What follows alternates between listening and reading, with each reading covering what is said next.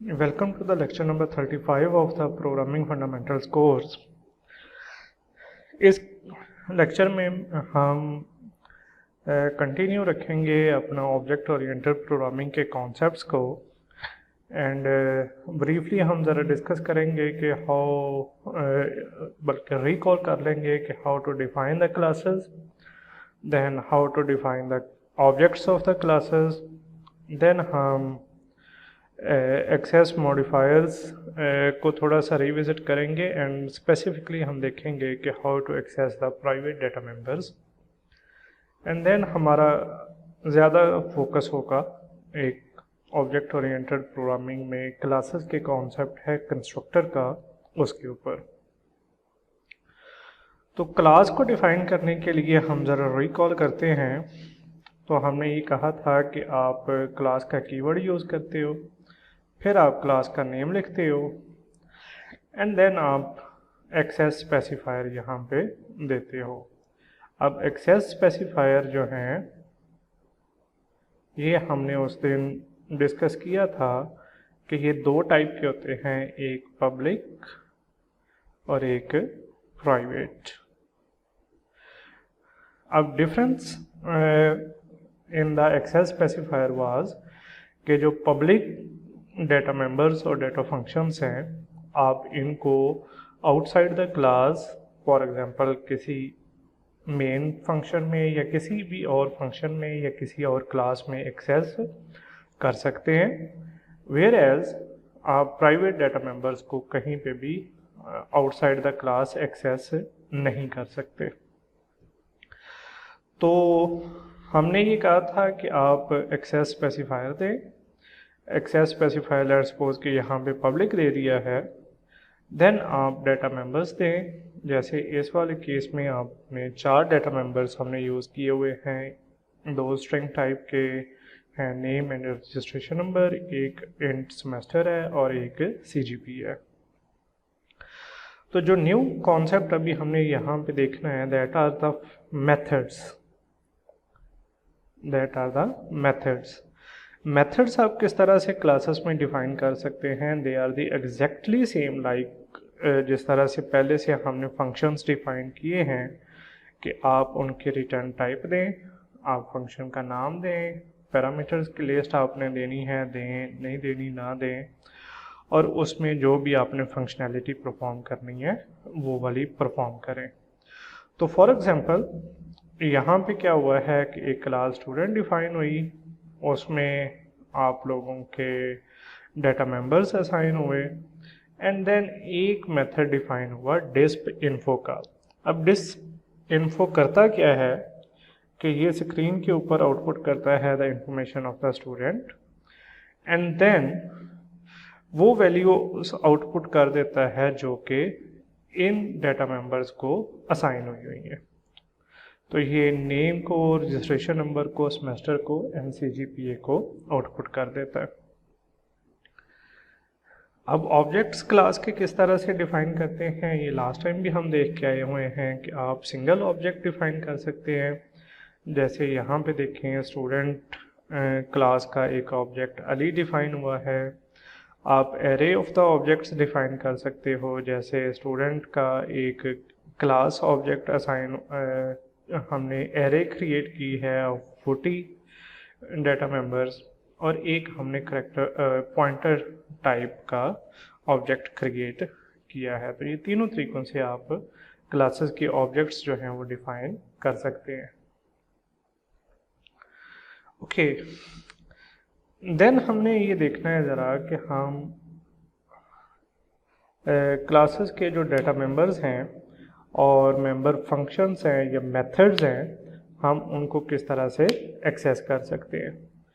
Make sure and remember that only public data members and methods can be accessed.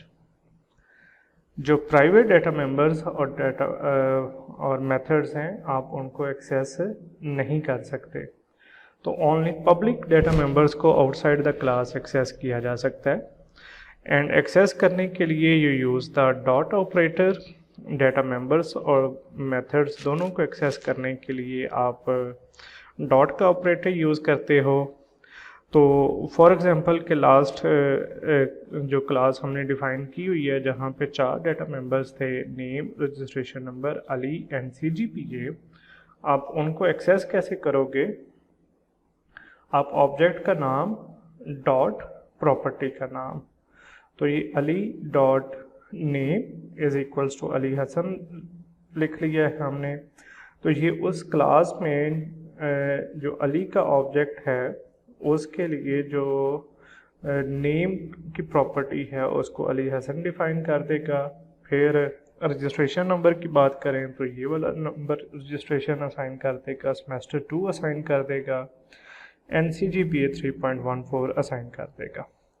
तो using the dot operators आप यहाँ पे देखें तो हम डाटा मेंबर्स को एक्सेस कर रहे हैं।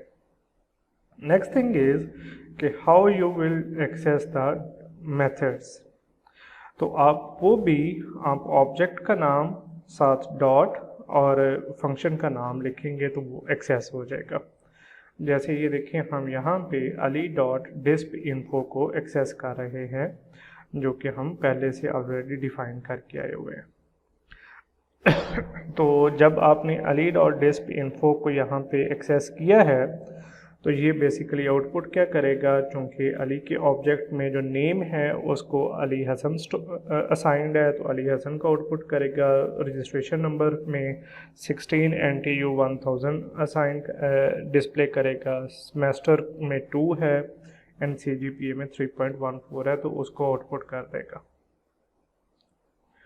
ओके, यहाँ पे अभी तक हमने ये तो देख लिया है कि how to access the public data members, लेकिन हमने ये कहा हुआ है कि प्राइवेट डाटा मेंबर्स जो हैं ये आउटसाइड द क्लास जो हैं ये एक्सेस नहीं किए जा सकते।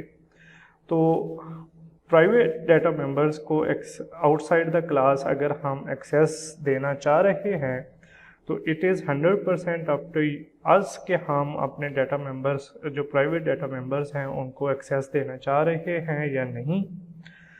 और more specifically speaking private data members की एक्सेस को हम इस तरह से भी कंट्रोल कर सकते हैं कि someone can write the values. हम उसकी रीड की एक्सेस नहीं देते, सिर्फ राइट की देते हैं।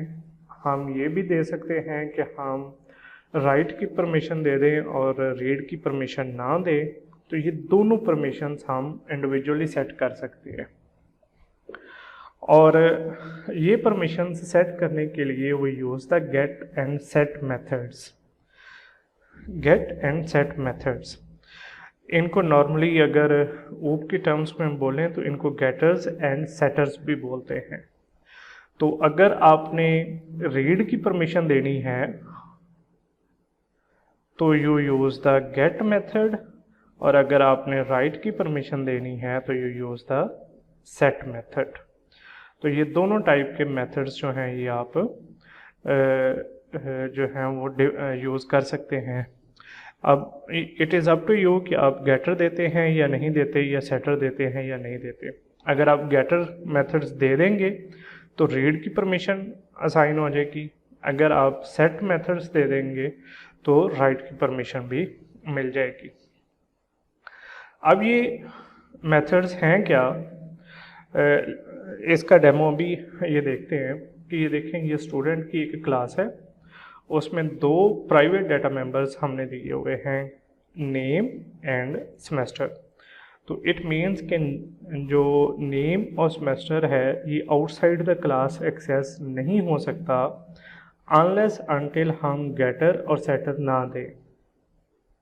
ठीक है, अब गेटर एंड सेटर देने के लिए या क्रिएट करने के लिए जो वे आउट ही होता है कि हम पब्लिक मेथड्स डिफाइन करते हैं, या सिंपली स्पीकिंग हम पब्लिक फंक्शंस जो हैं वो डिफाइन करते हैं। अब फंक्शंस किस तरह से डिफाइन करते हैं, पहले 2 फंक्शंस देखें, ये हैं, एक है सेट नेम एंड एक है सेट सेमेस्टर। अब सेट नेम जो है this is defined to give the permission के कोई नेम की प्रॉपर्टी को राइट कर सके, and set semester is for के आप के जो सेमेस्टर की प्रॉपर्टी है उसको कोई राइट कर सके। अच्छा, these are quite simple methods.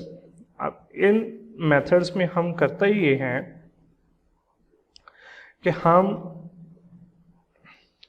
ये देखें, सेट नेम में हम एक आर्गुमेंट रिक्वायर कर रहे हैं करेक्टर टाइप का n, करेक्टर पॉइंटर टाइप का n, जो कि हमारे लिए ये है कि ये एक स्ट्रिंग है।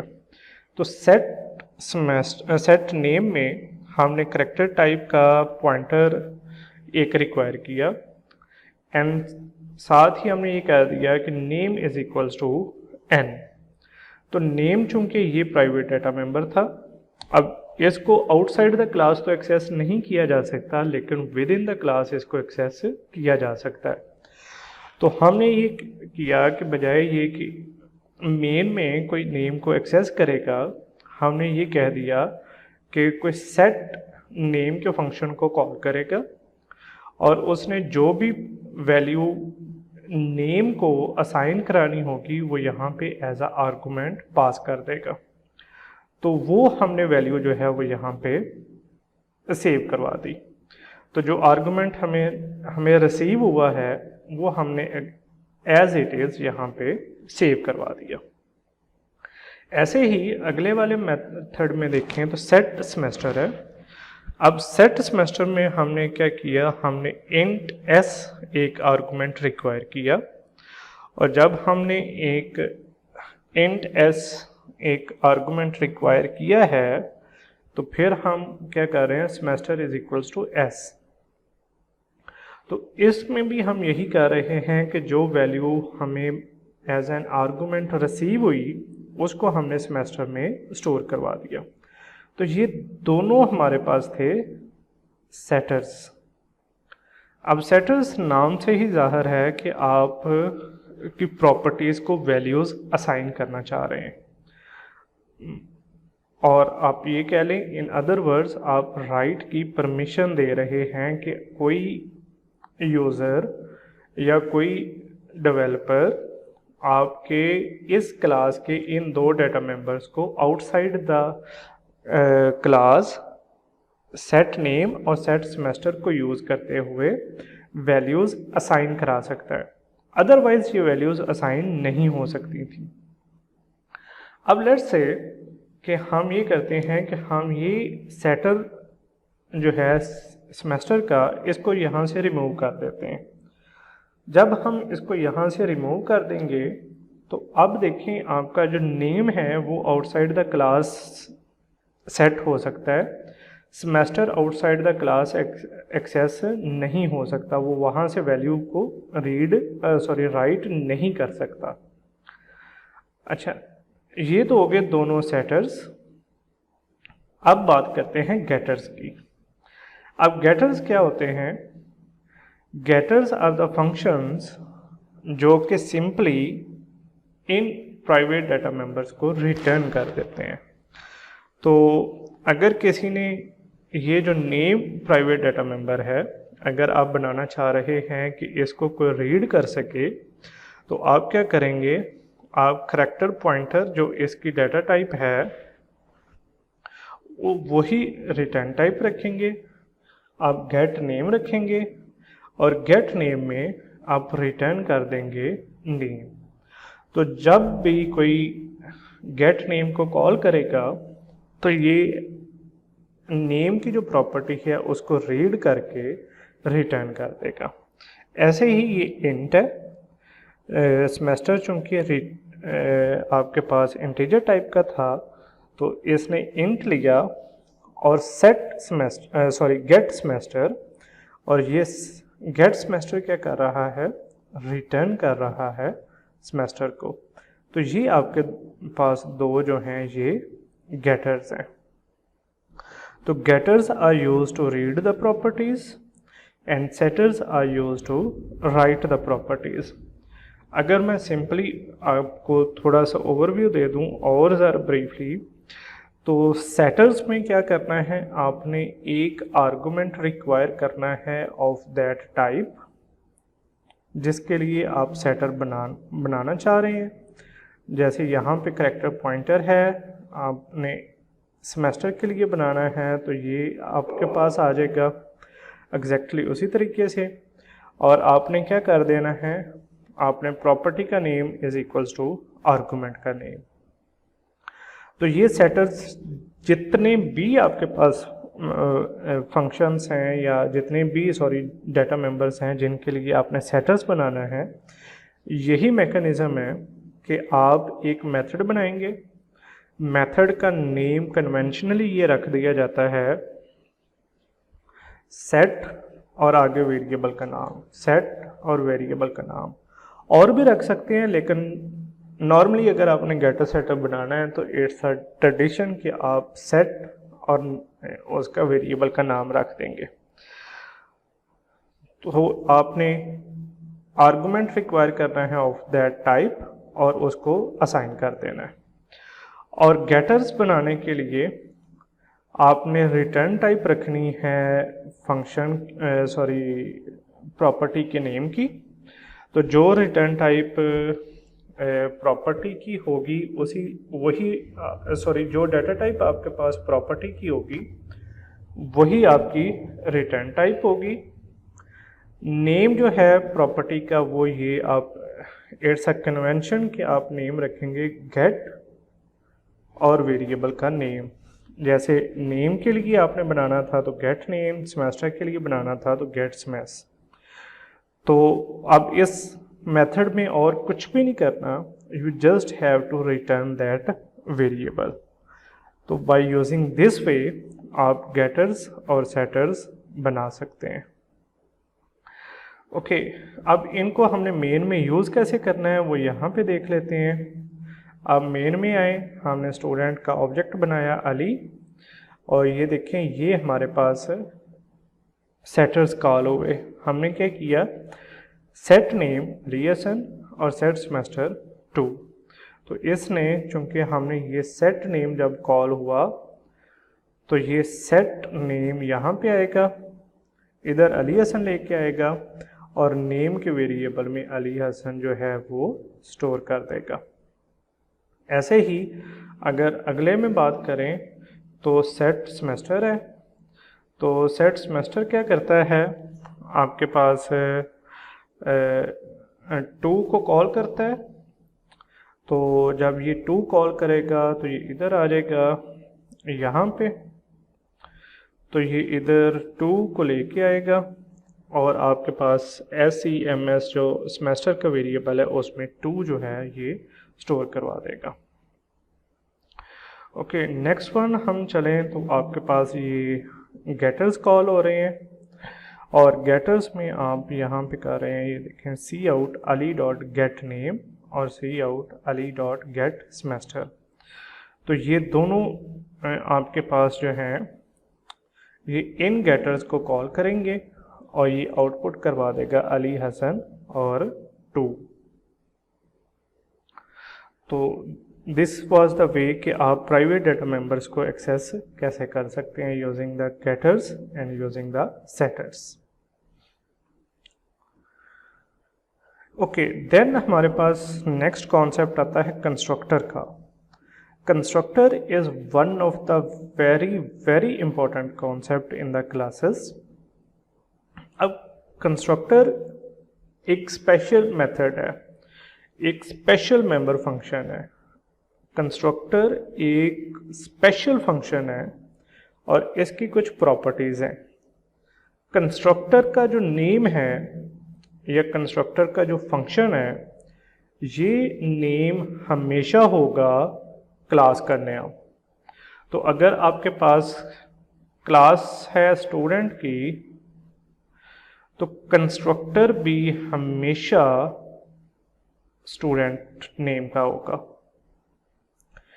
कंस्ट्रक्टर एक फंक्शन होगा जो कि हमेशा फंक्शन का नाम और क्लास का नाम सेम होगा। पहली प्रॉपर्टी तो ये है कि कंस्ट्रक्टर इज अ फंक्शन, ये हम अंडरस्टूड है, कंस्ट्रक्टर इज अ फंक्शन, लेकिन स्पेशल प्रॉपर्टी ये है कि कंस्ट्रक्टर का नेम क्लास के नेम का एग्जैक्टली सेम होगा। ओके, कंस्ट्रक्टर्स हम यूज़ क्यों करते हैं? बेसिकली कंस्ट्रक्टर का जो काम होता है वो ये होता है कि क्लास के ऑब्जेक्ट के लिए मेमोरी एलोकेट करवानी है, और ये आपके बेसिकली जितने भी डाटा मेंबर्स हैं उनको इनिशियलाइज करवाने के लिए यूज़ किया जाता है। अब पहली प्रॉपर्टी तो कंस्ट्रक्टर की ये थी कि इसका नाम जो है ये एग्जैक्टली सेम होता है क्लास के नेम के साथ। सेकंड प्रॉपर्टी ये है, that is very crucial property, और जो कि इसको दूसरे फंक्शन से सेपरेट करती है, दैट इज़ कि कंस्ट्रक्टर का जो फंक्शन होता है आपको इसको कॉल करने की ज़रूरत नहीं होती। जो ही आपने क्लास का ऑब्जेक्ट क्रिएट करना है ये ऑटोमेटिकली कॉल हो जाएगा। ठीक है, कंस्ट्रक्टर ऑटोमेटिकली कॉल हो जाएगा जब आप क्लास का ऑब्जेक्ट क्रिएट करेंगे। आप कंस्ट्रक्टर को खुद से कभी भी कॉल नहीं कर सकते। It is the default behaviour of the constructor कि जो ही क्लास का ऑब्जेक्ट क्रिएट होगा ये ऑटोमेटिकली कॉल हो जाएगा। Okay, constructors must be in the public area of the class. Constructor का जो एक्सेस स्पेसिफायर है दैट मस्ट बी पब्लिक। अब अगर कंस्ट्रक्टर का जो एक्सेस स्पेसिफायर है अगर आप उसको प्राइवेट रख देते हैं तो देन क्या होगा, जब जो ही आप ऑब्जेक्ट क्रिएट करेंगे वो अपने कंस्ट्रक्टर को कॉल करेगा, और चूंकि वो प्राइवेट है तो वो कॉल नहीं होने देगा, तो ऑब्जेक्ट आपका क्रिएट ही नहीं होगा। तो फॉर दैट रीज़न जब भी आपने कंस्ट्रक्टर क्रिएट करना है तो that must be in the public area of the class. Okay, constructors को यूज़ क्यों करते हैं मैंने अभी पहले भी बताया है कि आप क्लास के जो डाटा मेंबर्स हैं या मेंबर वेरिएबल्स हैं उनको इनिशियलाइज करने के लिए जो है वो यूज़ कर रहे होते हैं। Constructors can have the arguments. Constructors में चूँकि एक फंक्शन है, इट इज़ अ फंक्शन, तो it can have the arguments and it can not have the arguments. ये दोनों तरीक़ों से होता है कि आप आर्गूमेंट्स दे भी सकते हैं और आर्गूमेंट्स नहीं भी दे सकते। अच्छा, एक क्लास के मल्टीपल कंस्ट्रक्टर्स भी हो सकते हैं। फंक्शन ओवरलोडिंग हम पढ़ के आए हुए हैं कि एक फंक्शन ओवरलोडिंग क्या थी कि एक नेम के functions but with different arguments. तो वही काम हम कंस्ट्रक्टर के साथ भी कर सकते हैं कि हम कंस्ट्रक्टर को भी ओवरलोड कर सकते हैं। हम कंस्ट्रक्टर पैरामीटराइज्ड कंस्ट्रक्टर भी बना सकते हैं और नॉन पैरामीटराइज्ड कंस्ट्रक्टर भी बना सकते हैं। मतलब एक क्लास है उसमें दो कंस्ट्रक्टर्स बना सकते हैं, एक जिसमें पैरामीटर्स हैं एक में नहीं हैं, और 3 कंस्ट्रक्टर्स भी हो सकते हैं, 4 कंस्ट्रक्टर्स भी हो सकते हैं। जितने मर्जी कंस्ट्रक्टर्स आप बनाते जाएं, लेकिन वो फंक्शन ओवरलोडिंग वाला कॉन्सेप्ट जो है वो यहाँ पे अप्लाई होगा। लेकिन डिफ़ॉल्ट कंस्ट्रक्टर जो होता है वो होता है नॉट आर्गूमेंट्स। मतलब एक बाय डिफ़ॉल्ट जो कंस्ट्रक्टर कॉल होता है वो होता है विद नो आर्गूमेंट्स। ओके, यहाँ पे एक एग्जांपल देखें कि कंस्ट्रक्टर्स किस तरह से क्रिएट होते हैं। ये देखें जी, हमारे पास क्लास है स्टूडेंट की, उसमें 2 डाटा मेंबर्स हैं, एक सेमेस्टर का और एक नेम का, और ये हुआ हमारे पास पब्लिक। अच्छा, जब यहाँ पे पब्लिक है तो ये देखें ये है हमारे पास कंस्ट्रक्टर। पता कैसे चला है कि it is a constructor? Because ये देखें इसका नाम क्लास के नेम के साथ एग्जैक्टली सेम है। तो क्लास का नाम स्टूडेंट था तो कंस्ट्रक्टर का नाम भी स्टूडेंट है। तो इसलिए this is a constructor and it is in the public area of the class and better way was मैं यहाँ पे इसके साथ रिटर्न टाइप भी लिखता void। और एक और चीज़ याद रखिएगा कि जो कंस्ट्रक्टर्स होते हैं वहाँ कंस्ट्रक्टर्स के रिटर्न टाइप हमेशा void होती है। Constructors can not return a value. Constructors की हमेशा रिटर्न टाइप आपने void रखनी है। तो ये आया कंस्ट्रक्टर। और कंस्ट्रक्टर जैसे मैंने आपसे बोला था कि constructors are used to initialize the values या डाटा मेंबर्स, तो इसने सेमेस्टर और नेम को इनिशियलाइज करवा दिया with two and Ali respectively. और ऐसे ही एक इसका डाटा मेंबर फंक्शन है डिस्प। डिस्प क्या करता है कि जो नेम और सेमेस्टर है उसको डिस्प्ले करवा देता है। ओके, अब मेन में चलते हैं और मेन में मैं कहता हूँ स्टूडेंट अली। अब ये देखें, जो ही स्टूडेंट और का ऑब्जेक्ट अली क्रिएट हुआ तो ये ऑटोमेटिकली अपने कंस्ट्रक्टर को कॉल कर लेगा। ये ऑटोमेटिकली इसी लाइन के ऊपर ही ऑटोमेटिकली अपने कंस्ट्रक्टर को कॉल कर लेगा। और जो ही कंस्ट्रक्टर कॉल हुआ तो ये सेमेस्टर में 2 स्टोर करा देगा और नेम में अली स्टोर करवा देगा। उसके बाद जब इसका मेंबर फंक्शन कॉल हुआ अली डॉट डिस्प, तो ये क्या करता है, अब जब नेम में क्या स्टोर्ड है, already Ali studies in 2 semester, तो ये आउटपुट करवा देगा। तो देखें, हमने कंस्ट्रक्टर को कॉल नहीं किया मेन में, वो बाय डिफ़ॉल्ट कॉल हो गया है जब उसका ऑब्जेक्ट क्रिएट हुआ है। ओके, नेक्स्ट थिंग इज कि आप लोगों ने जो डाटा मेंबर फंक्शंस हैं उनको आउटसाइड द क्लास किस तरह से आपने करना है, उनकी डेफिनेशन कैसे देनी है, मतलब मेथड्स की डेफिनेशन आप आउटसाइड द क्लास किस तरह से दे सकते हैं। अच्छा, यहाँ पे ये देखें, आपने क्लास क्रिएट की। क्लास जब आप क्रिएट कर रहे हैं तो आपने 2 डाटा मेंबर्स दिए। अब ये दोनों प्राइवेट हैं।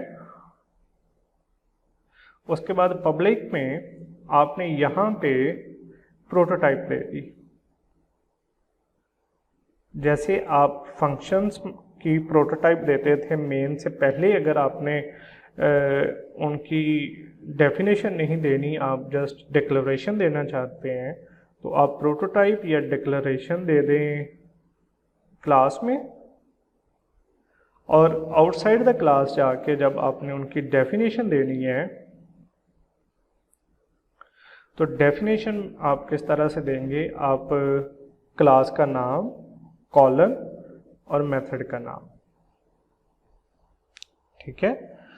तो ये क्या हो रहा है, ये देखें, आपके पास स्टूडेंट एक कंस्ट्रक्टर है और void disp एक मेंबर फंक्शन है, और ये आपने उसकी डेफिनेशन दी, ये उसकी प्रोटोटाइप्स, क्लास में प्रोटोटाइप्स दे दी, और डेफिनेशंस देने के लिए आपने आउटसाइड द क्लास जाके स्टूडेंट कॉलन स्टूडेंट, तो ये आपके कंस्ट्रक्टर की डेफिनेशन हो गई और ये आपके मेथड की डेफिनेशन हो गई। और मेन में आप एग्जैक्टली उसी तरह से इसे कॉल करेंगे, तो there is no difference between main. Okay, next concept is कि आप पैरामीटराइज्ड कंस्ट्रक्टर किस तरह से बनाएंगे। तो ये देखिए, यहाँ पे आपके पास उसी तरह से ही 2 मेंबर फंक्शंस हैं, सेमेस्टर एंड नेम। अब आप पब्लिक एरिया में आए और यहाँ पे आपने कंस्ट्रक्टर क्रिएट किया स्टूडेंट। जब आप स्टूडेंट कंस्ट्रक्टर क्रिएट कर रहे हैं तो यहाँ पे आप 2 आर्गुमेंट्स रिक्वायर कर रहे हैं, इंट s और करैक्टर पॉइंटर n। तो this is called parameterized constructor. आपका एक कंस्ट्रक्टर है जो कि पैरामीटर्स रिक्वायर कर रहा है, और ये करता क्या है, ये आपके दोनों प्रॉपर्टीज़ को इनिशियलाइज कर देता है विद द आर्गुमेंट्स जो आपने रिसीव किए हैं, और एक इसमें डाटा मेंबर फंक्शन है जो कि इसके डाटा को आउटपुट कर देता है। नाउ द क्वेश्चन अराइजेस कि जब आपने इस कंस्ट्रक्टर चूंकि ऑटोमेटिकली कॉल होता है जब क्लास का ऑब्जेक्ट क्रिएट होना है, तो आप ये आर्गुमेंट्स कहाँ पे देंगे? तो द आंसर इज़ कि जब आप स्टूडेंट का ऑब्जेक्ट क्रिएट करेंगे, लेट्स से कि आप अली ऑब्जेक्ट क्रिएट कर रहे हैं, तो अब आप जब भी इसका ऑब्जेक्ट क्रिएट करेंगे तो it is mandatory for you कि आप इसको दो आर्गुमेंट्स पास ऑन करेंगे, एक s और एक n के लिए। तो ये जो ही आपने यहाँ पे ऑब्जेक्ट क्रिएट किया है, साथ ही आपको यहाँ पे आर्गुमेंट्स देने हैं। तो ये बेसिकली हुआ ये है कि ये ऑब्जेक्ट क्रिएशन में जो 10 एंड अली आया है, ये वैल्यूज़ आपके कंस्ट्रक्टर को असाइन हो जाएंगी। तो 10 आ जाएगा s के लिए और अली आ जाएगा n के लिए। तो चूंकि आप कंस्ट्रक्टर्स को खुद से तो कॉल नहीं करते, कंस्ट्रक्टर तो कॉल होता है ऑटोमेटिकली जब ऑब्जेक्ट क्रिएट होता है। तो इसीलिए फिर आपको जब आपने ऑब्जेक्ट क्रिएट करना है उसी वक्त ही आपको आर्गुमेंट्स देने पड़ने हैं। तो इसमें जब फिर अली डॉट डिस्प कॉल हुआ तो ये चूंकि आपने 10 एंड अली दे दिया था, तो ये नेम में अली आ गया और सेमेस्टर में आपने 10 दिया था तो इस 10 स्टोर हो गया। और जब आप अली डॉट डिस्प कॉल करते हो तो ये नेम में अली स्टोर्ड है और studies in 10 semester. Okay, the last concept is constructor overloading, कि आप अपनी क्लास के दो कंस्ट्रक्टर्स क्रिएट करना चाह रहे हैं। तो दो कंस्ट्रक्टर्स जब आप कॉल करना चाह रहे हो तो यू नो कि जब भी आपने फंक्शन ओवरलोडिंग में करते हैं तो आप क्या कह रहे होते थे कि functions with same name but different data types, different arguments, functions with same name but different arguments। तो एग्जैक्टली वही कॉन्सेप्ट यहाँ पे भी अप्लाई होगा। कंस्ट्रक्टर ओवरलोडिंग में यही होता है कि आपका कंस्ट्रक्टर तो होता है लेकिन आपके मल्टीपल कंस्ट्रक्टर्स होते हैं, लेकिन उसमें आर्गुमेंट्स जो हैं वो डिफरेंट होते हैं। तो फॉर एग्जांपल हम वही क्लास लेते हैं स्टूडेंट की एंड उसमें पब्लिक एरिया में हमने एक कंस्ट्रक्टर डिफाइन किया। अब कंस्ट्रक्टर बिकॉज यू नो कि उसमें नेम सेम है क्लास का, तो ये है डिफ़ॉल्ट कंस्ट्रक्टर। डिफ़ॉल्ट कंस्ट्रक्टर अभी हम ये कह के आए थे कि कंस्ट्रक्टर जिसमें कोई आर्गुमेंट्स नहीं है तो that is the default constructor. और ये क्या करता है, ये सेमेस्टर में 2 एंड नेम में अली स्टोर करवा देता है। And this is the parameterized constructor जो कि ओवरलोडेड कंस्ट्रक्टर है। और यहाँ पे ये देखें इसमें number of the arguments change है। और ये कंस्ट्रक्टर क्या करता है, ये इसको जो आर्गुमेंट्स रिसीव होंगे उनको असाइन कर देगा सेमेस्टर और नेम में। और उसी तरह से डिस्प का फंक्शन है जो कि नेम और सेमेस्टर को आउटपुट करवाता है। अब हम इसको यूज़ कैसे करेंगे, ये देखिए पहला एक ऑब्जेक्ट क्रिएट हुआ स्टूडेंट अली। तो जब स्टूडेंट अली ऑब्जेक्ट क्रिएट हुआ तो आपने यहाँ पे कोई आर्गुमेंट नहीं दिया। तो जब आपने कोई आर्गुमेंट नहीं दिया तो ये अपने डिफ़ॉल्ट कंस्ट्रक्टर को कॉल करेगा। और जब अली का ऑब्जेक्ट क्रिएट हुआ तो ये इस वाले कंस्ट्रक्टर को कॉल करेगा और ये कंस्ट्रक्टर क्या करेगा, सेमेस्टर में 2 सेव करवा देगा और नेम में अली स्टोर करवा देगा। अब आप दूसरा ऑब्जेक्ट क्रिएट कर रहे हैं